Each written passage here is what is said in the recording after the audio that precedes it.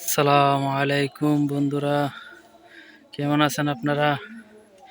এই যে দেখেন আমার ছোট হেডটা আজকে পানি সেচ দিতেছি। ঠিক আছে, এই যে দেখেন আপনারা সপ্তাহের ভিতরে একবার পানি সেচ দেওয়ার চেষ্টা করিবেন, তাহলে আপনার ফলন বৃদ্ধি পাবে এবং মনে করেন শশার করা অতিরিক্ত টিকসই হবে এবং অতি তাড়াতাড়ি বড় হবে। এই যে দেখেন আমার ক্ষেতে 3-4 দিন আগে হারভেস্ট করছিলাম, শনিবারে হারভেস্ট করছি, আজকে সোমবার। হারভেস্ট করতে পারি নাই, মাল একটু বড় হয়ে গিয়েছে। এই যে দেখেন আমার ক্ষেতে পর্যাপ্ত পরিমাণ শসা আছে আলহামদুলিল্লাহ। এই ক্ষেতটার মাঝে ফলন খুবই ভালো হয়েছে। ঠিক আছে, এই যে দেখেন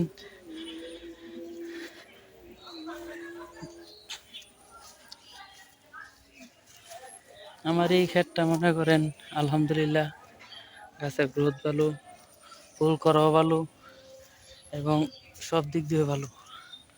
শস্য মনে করেন আলহামদুলিল্লাহ ভালো আসছে এটার মধ্যে। ঠিক আছে, আমার 2টা ক্ষেত, এই যে একটা ক্ষেত, এটার ফলন আলহামদুলিল্লাহ রেজাল্ট অনেক ভালো এটার। এই যে দেখেন, বুঝতে পারছেন? আমি 2-3 দিন যাবৎ শশা তুলতে পারি নাই, এখানে শশা একটু বড় হয়ে গেছে। আপনারা চেষ্টা করবেন শশাটা ছোট থাকতে থাকতে যাতে ফুটানো যায়।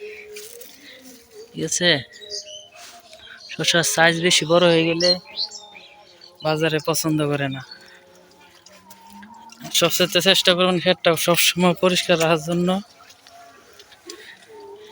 এই যে চেষ্টা করবেন এই শসাটা যে সাইজ আছে প্রায় 200 গ্রাম সাইজের শসাটা লাগতে চেষ্টা করবেন, 200 থেকে কমও লাগবেন, বেশি বড় করবেন না। বেশি বড় করলে শসা সাদা হয়ে যায় এবং উপরে যে কড়াগুলি আছে এই কড়াগুলি নষ্ট হয়ে যায়। এই যে দেখেন আমার মাল অনেক বড় হয়ে গেছে, আমি তুলতে পারি নাই, ঝামেলায় আসছিলাম। ঠিক আছে বন্ধুরা, এই যে দেখেন আমার শসা ওভার সাইজ হয়ে গেছে। ঠিক আছে, আমি শসা তুলতে পারি নাই, অনেক শসা আছে পর্যাপ্ত পরিমাণ। আমি আগামীকাল হারভেস্ট করিব, দেখি কয় মন উঠে। আমি আপনাদেরকে আগামীকাল রেজাল্ট জানাবো আমার 2টা ক্ষেতের থেকে কতটুকু পরিমাণ শসা ওঠে। আমি গেছিলাম এক জায়গায়, এসে দেখি ক্ষেতের অবস্থা খুবই খারাপ। ঠিক আছে, এই যে দেখেন অনেক শসা লয়ে গেছে, অনেক বড় বড়। দেখেন আলহামদুলিল্লাহ ফলন অনেক ভালো, সব দিক দিয়ে ভালো, এই একটা গ্রোথও ভালো। ঠিক আছে, এই যে এটা হচ্ছে আমার 5 গুণ্ঠা জায়গা, 8.5 শতাংশ জমি। এটার এখনো ফুল করা ভালোই আছে, গাছের গ্রোথও ভালো, সব দিক দিয়ে ভালো।